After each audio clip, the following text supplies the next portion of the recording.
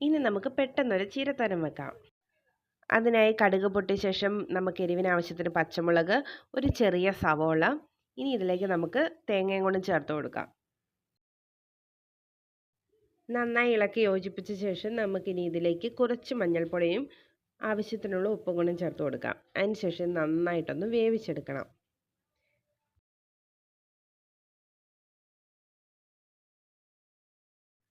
ഇപ്പോൾ തേങ്ങ നല്ലപോലെ വെന്ത് വന്നിട്ടുണ്ട്. ഇനി ഇതിലേക്ക് നമുക്ക് അരിഞ്ഞു വെച്ചിരിക്കുന്ന ചീരയും കൂടെ ചേർത്ത് കൊടുക്കാം. ഇത് നമ്മൾ എളുപ്പ രീതിയിൽ ഉണ്ടാക്കുന്ന ചീരത്തോരനാണ്. അല്ലെങ്കിൽ പിന്നെ തേങ്ങ അരച്ചേർക്കണം. ജീരകവും ചെറിയ ഉള്ളിയും കറിവേപ്പിലയും പച്ചമുളകും ഒക്കെ ചേർത്ത് അരച്ച് വേണമെങ്കിലും ചേർത്ത് ഉണ്ടാക്കാവുന്നതാണ്. ഇനി നമുക്കിത് ഇളക്കി കൊടുത്തുകൊണ്ടേ ഇരിക്കണം. പിന്നെ ലാസ്റ്റ് ഇതിലേക്ക് കുറച്ച് കറിവേപ്പിലയും കൂടെ ഇട്ട് കൊടുക്കാം. നമുക്ക് പെട്ടെന്ന് കറി വെച്ചെടുക്കാവുന്ന തോരനാണ് ചീരത്തോരൻ. അരിയുന്ന താമസം മാത്രമേ ഉള്ളൂ. കറിവേപ്പിലയും കൂടി ഇട്ട് നമ്മുടെ തോരൻ റെഡി.